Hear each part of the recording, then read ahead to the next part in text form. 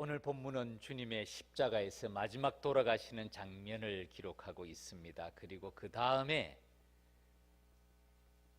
예수님께서 무덤에 머물러 계시는 장면을 말씀합니다.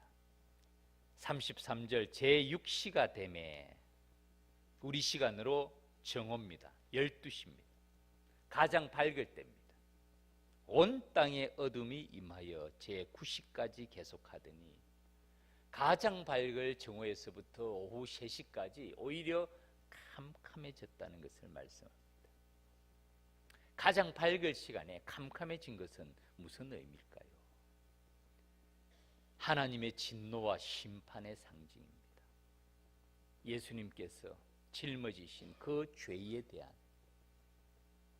하나님의 진노와 심판의 상징이 가장 밝을 햇살이 캄캄하게 될 만큼 큰 것이죠. 예수님께서 죄가 있으십니까? 예수님이 어떤 죄를 지으셨습니까? 왜 그런 진노를 받으셔야 됩니까? 그리고 마가복음은 예수님께서 말씀하신 가상 7은 가운데 한 가지를 본문에 기록합니다. 엘리 엘리 라마 사박다니, 엘리 엘리 라마 사박다니, 나의 하나님 나의 하나님 어찌하여 나를 버리셨나이까? 어찌하여 나를 버리셨나이까? 사실은 이 단식을 우리는 잘 이해하지를 못합니다. 주님께서 하나님께 어찌하여 나를 버리셨나이까? 라는 이 말씀의 의미를 우리는 잘 모릅니다. 우리 주님께서 하나님과 함께 하시는 기간이 언제부터 언제까지입니까? 영원 전부터 영원까지 하나님 아버지와 성부 하나님과 성자 하나님은 함께 계십니다. 그렇지 않나요? 영원부터 영원까지 함께 계시는 분. 그런데 이 시간, 나의 하나님 나의 하나님, 성경학자들은 이 단어에 주목합니다. 나의 아버지, 예수님은 주로 나의 아버지라고 말씀하세요. 여기서는 나의 하나님, 성부 하나님에 대한 외침입니다. 어찌하여 나를 버리셨나이까? 요한복음 4장 34절을 보면 예수님께서 하신 말씀입니다. 같이 읽겠습니다. 시작. 예수께서 이르시되 나의 양식은 나를 보내신 이의 뜻을 행하며 그의 일을 온전히 이루는 이것이니라. 아멘. 하나님과 예수님께서 얼마나 함께 하셨음을, 하나이심을 보여주는 좋은 말씀입니다. 나의 양식은 나를 보내신 이의 뜻을 행하며 그의 일을 온전히 이루는 이것이니라. 여러분, 우리 양식이 뭡니까? 밥 먹잖아요. 밥을 먹어야 배가 부릅니다. 그래야 살 수 있습니다. 그게 우리 양식이죠. 예수님의 양식은 무엇입니까?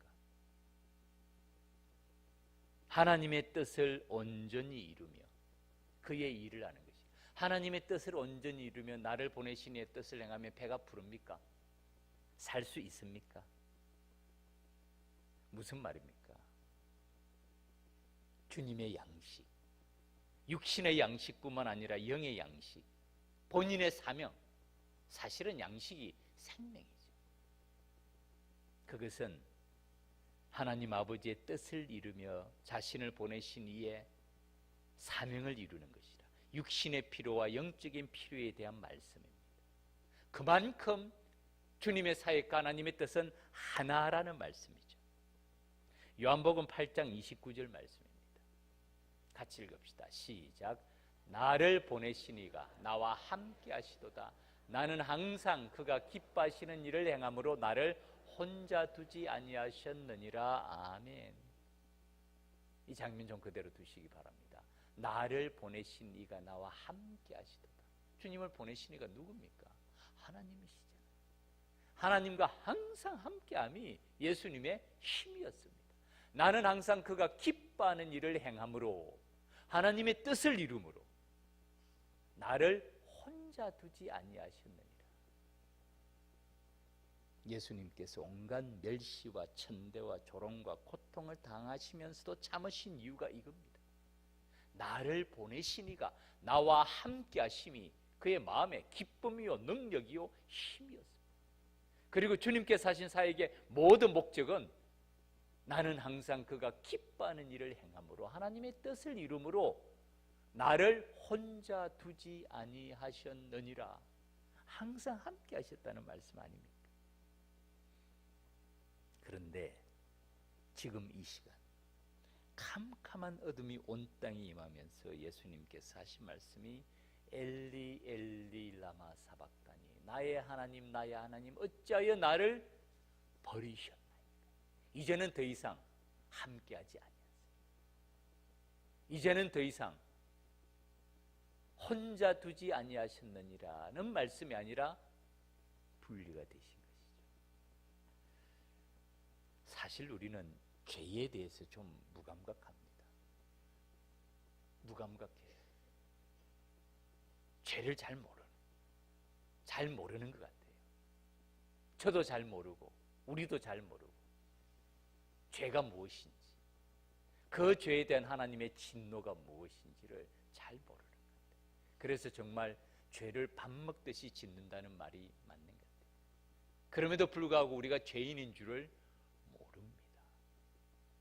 참 그게 우리의 모습이에요. 제자훈련, 말에 덕을 세우는 사람이라는 과목을 공부를 합니다. 핵심이 그겁니다. 자기 자신의 눈에 있는 들보는 보지 못하고 상대방에 있는 티는 바라본다는 거죠. 그래서 결과 어떻게 됩니까? 비난하고 비판합니다. 죄에 대해서 하나님께서 죄를 어떻게 다루시고 우리가 하나님의 백성으로 살아가면서 죄의 문제를 어떻게, 얼마나 하나님은 민감하게 생각하시며 얼마나 죄의 문제가 우리와 하나님과의 관계를 단절하는지에 대해서 우리는 잘 모르는데, 하나님께서 죄의 문제에 대한 이 태도는 상상을 초월하시는, 그 아들 예수 그리스도까지도 나의 하나님 어찌하여 나를 버리셨나이까? 이유가 뭡니까? 죄의 문제 아닙니까?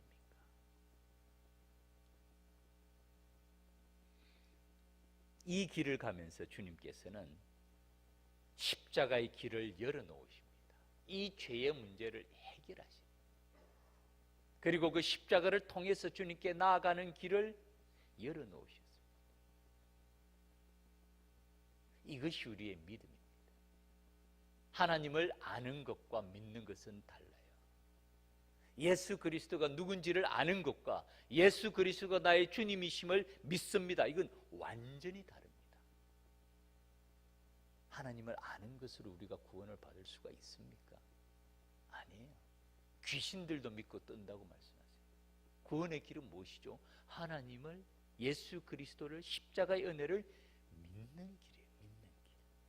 주님은 지금 그 십자가의 길을 자기 자신의 몸으로, 자기 자신의 피로, 자신의 생명으로 열어놓으시는 그 순간인데, 그 다음에 장면은 곁에 섰던 자 중 어떤 이들이 듣고 이르되 보라 엘리야를 부른다 하고 한 사람이 달려가 해면에 신 포도주를 적시어 갈대 깨어 마시게 하고 이르되 가만두라 엘리야가 와서 그를 내려주나 보자 하더라. 무지한 사람, 무지한 사람, 캄캄한 어둠 속에 있는 사람, 도대체 이해를 못하는 사람들입니다. 주님의 이 십자가의 길, 하나님 아버지로부터 버림을 받으시면서 우리의 구원의 길을 열어놓으신 이 길을 도무지 이해하지 못하는 사람들의 모습을 본문은 보여주고 있습니다. 주님의 고뇌와 아픔과 고통과 십자가의 길을 이해하지 못하는 사람의 모습입니다. 그 다음에 예수께서 큰 소리를 지르시고 숨지시니라. 참 마지막 장면입니다. 예수께서 큰 소리를 지르시고 숨지시니라. 여기까지가 예수님의 마지막 죽음의 장면인데, 그 다음부터는 이 죽음의 의미를 설명합니다. 이에 성소 휘장이 위에서부터 아래까지 찢어져 둘이 되니라. 히브리서 10장 19절 20절 말씀입니다. 그러므로 형제들아, 우리가 예수의 피를 힘입어 성소에 들어갈 담력을 얻었나니 그 길은 우리를 위하여 휘장 가운데로 열어놓으신 새로운 살 길이요 휘장은 곧 그의 육체니라. 이 화면 그대로 두시기 바랍니다. 우리가 아는 대로 성소에는 성소와 지성소가 있습니다. 그 사이에 가로막고 있는 것이 휘장입니다. 1년에 한 번 대제사장이 속죄일날 1년에 한 번 그 휘장을 열고 들어갑니다. 그리고 언약궤 앞에서 자기 자신과 모든 백성의 죄를 대신해서 대속죄를 받는 그날, 1년에 한 번 있는 날입니다. 그것을 구분하는 것이 휘장인데, 우리 주님의 죽으심, 예수께서 큰 소리를 지르시고 숨지니라 라는 그 말씀 다음에 이에 휘장이 위로부터 아래까지 찢어져 둘이 되니라. 그리고 그 길을 말씀합니다. 그 길은 우리를 위하여 휘장 가운데로 열어놓으신 새로운 살 길이요 휘장은 곧 그의 육체니라. 참 놀라운 말씀입니다. 이제는 우리가 주님 앞으로 언제든지 나아갈 수가 있습니다. 십자가의 길로 인하여서 새로운 길을 열어놓으셨고요, 주님의 육체로 그 휘장을 완전히 열어놓으신 것이죠. 그것이 우리 주님의 죽으심의 의미라는 것을 이 마가복음의 제자 마가는 바로 그 다음에 이에 성소 휘장이 위에서부터 아래까지 찢어져 둘이 되니라. 그 다음에 또 한 사람을 기록합니다. 백부장의 이야기입니다. 이 백부장은 십자가의 사건과 대제사장들과 서기관들과 백성의 지도자들의 업무에 전혀 관여하지 않았던 사람, 그냥 백부장입니다. 이 일을 진행했던 사람의 책임을 맡았던 책임자입니다. 그런데 그가 주님을 보고 하신 말씀은 이 사람은 진실로 하나님의 아들이었도다. 제가 누군지는 잘 기억이 안 납니다. 어느 한 분이 자기가 책을 쓰든지 한 글을 쓴다면 이 백부장에 관한 이야기를 한번 기록하고 싶다는 글을 본 적이 있어요. 이 백부장의 눈으로 본 십자가의 사건은 어떤 사건이었을까요? 외인의 관점에서, 제3의 관점에서, 당사자도 아닙니다. 외부인입니다. 아마 이 사람은 로마 사람이었을 거예요. 유대인도 아니었을 거예요. 그가 이 모든 십자가의 진행 과정을 곁에서 제3의 눈으로 보고 난 다음에 섰던 이 사람이 한 이 말이 그에게 어떤 의미였고, 그는 무엇을 보았을까요? 그는 무엇을 깨달았을까요? 그렇게 숨지심을 보고 이르되 이 사람은 진실로 하나님의 아들이었도다. 지난번에 여러분 혹시 기억하시는지요? 패션 오브 크라이스트라는 영화가 나온 다음에 센츄리온, 호민관에 대한 이 예수님의 부활의 사건을 책임졌던 천부장에 관한 이야기가 있습니다. 그 천부장은 예수님의 부활한 사건 다음에 로마 총독으로부터 임무를 받습니다. 왜냐하면 예수님이 부활했다는 말을 듣고는 온 사람이 소동할 때 이 천부장에게 총독은 특별한 명령을 줍니다. 예수님의 시체를 찾아라는 거예요. 그래서 그 시체를 찾아서 온통 사방을 뒤지는 그런 내용의 영화가 있어요. 그런데 그 영화의 내용 가운데서 이분이 하는 얘기가 그 천부장의 얘기가 아니라 이 백부장이 봤던, 이 눈으로 봤던 이 사건이 어떠했겠는가를 말씀하고 있는 것이죠. 이분의 마지막 고백이 이 사람은 진실로 하나님의 아들이었도다. 그리고 멀리서 바라보는 여자들의 모습을 보여주고 있습니다. 그리고 맨 마지막에는 마지막 주님의 안식일을 맞이하는 그 시간, 아리마대 사람 요셉, 공회원이라고 얘기합니다. 이 사람은 산헤드린 공회원입니다. 자기 자신을 빌라도에게 나타냅니다.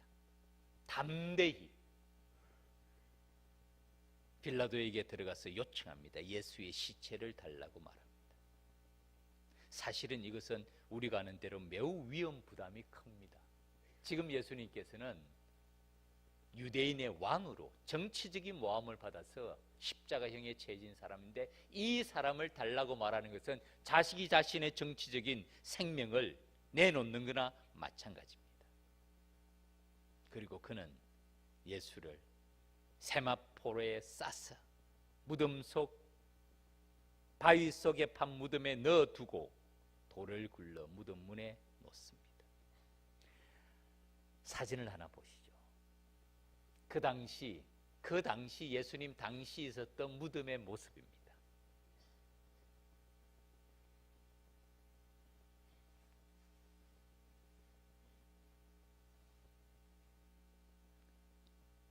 무덤의 모습이 없습니까? 예, 알겠습니다. 단순합니다. 돌에다가 무덤을 파서 그 다음에 그 안에 시체를 둔 무덤입니다. 그 무덤에 아리마대 요셉은 예수를 둡니다. 그리고 그 다음 날 안식일 맞이한 것이 바로 오늘입니다. 오늘 토요일 날 아침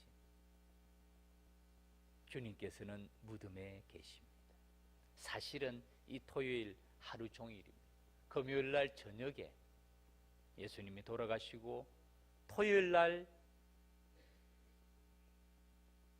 무덤에 보내시고 안식일이죠. 유대인들의 날짜는. 그리고 안식일이 지난 첫날 주님은 부활하십니다. 말씀을 맺겠습니다. 주님께서 십자가에 달리신 그 장면, 그 다음에 성소의 휘장이 위에서부터 아래까지 찢어져 둘이 되는 이 모습을 히브리서 기자는 자세하게 설명합니다. 히브리서 4장 15절 16절 말씀입니다. 같이 한번 읽읍시다. 시작. 우리에게 있는 대제사장은 우리의 연약함을 동정하지 못하실 리가 아니요 모든 일에 우리와 똑같이 시험을 받으신 이로되 죄는 없으시니라. 그러므로 우리는 긍휼하심을 받고 때를 따라 돕는 은혜를 얻기 위하여 언어의 보좌 앞에 담대히 나아갈 것이니라. 아멘. 이 화면 그대로 두시기 바랍니다. 우리에게 있는 대제사장은 우리를 위해서 기도하시고 제사를 드리고 하나님께 나아가는 그 중보자는 우리의 연약함을 동정하지 못하실 리가 아니요 우리의 연약함을 모르는 분이 아니라는 것입니다. 모든 일에 우리와 똑같이 시험을 받은 분이다. 그러나 죄는 없으신 분이다.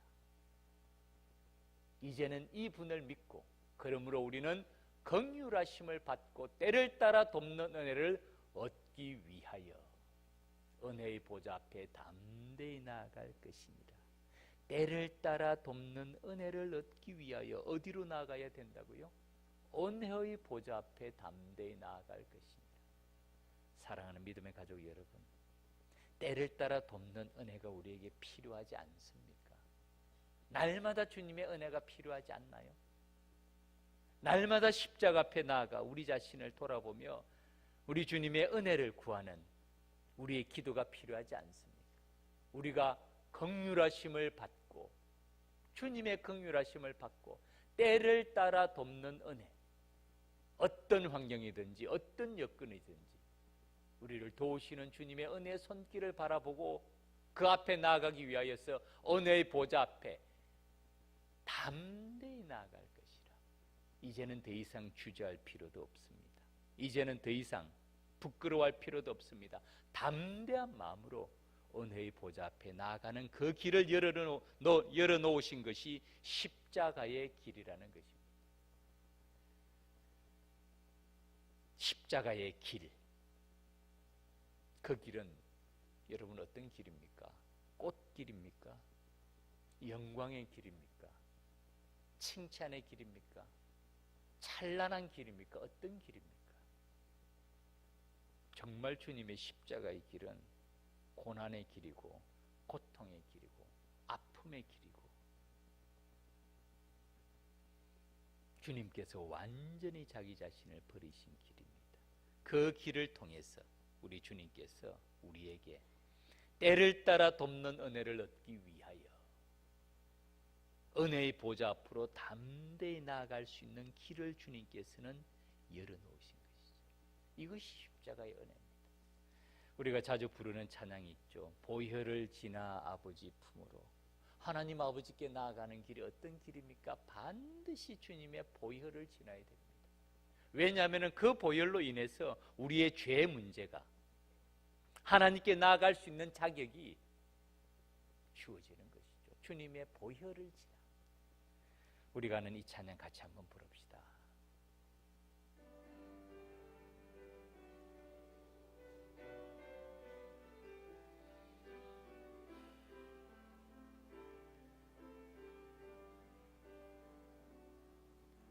보혈을 지나 하나님 품으로, 보혈을 지나 아버지 품으로, 보혈을 지나 하나님 품으로 한 걸음씩 나가네. 보혈을 지나 하나님 품으로, 보혈을 지나 아버지 품으로, 보혈을 지나 하나님 품으로 한 걸음씩 나가네. 존귀한 주 보혈이 내 영을 새롭게 하시네. 존귀한 주 보혈이 내 영을 새롭게. 한 번 더 하겠습니다. 보혈을 지나, 보혈을 지나 아버지 품으로, 보혈을 지나 하나님 품으로, 보혈을 지나 하나님 품으로 한 걸음씩 나가네. 보혈을 지나 하나님 품으로, 보혈을 지나 아버지 품으로, 보혈을 지나 하나님 품으로 한 걸음씩 나가네. 존귀한 주 보혈이 내 영을 새롭게 하시네. 존귀한 주 보혈이 내 영을 존귀한 주 보혈이, 존귀한 주 보혈이 내 영을 새롭게 하시네. 존귀한 주 보혈이 내 영을 새롭게 하네. 기도드리겠습니다.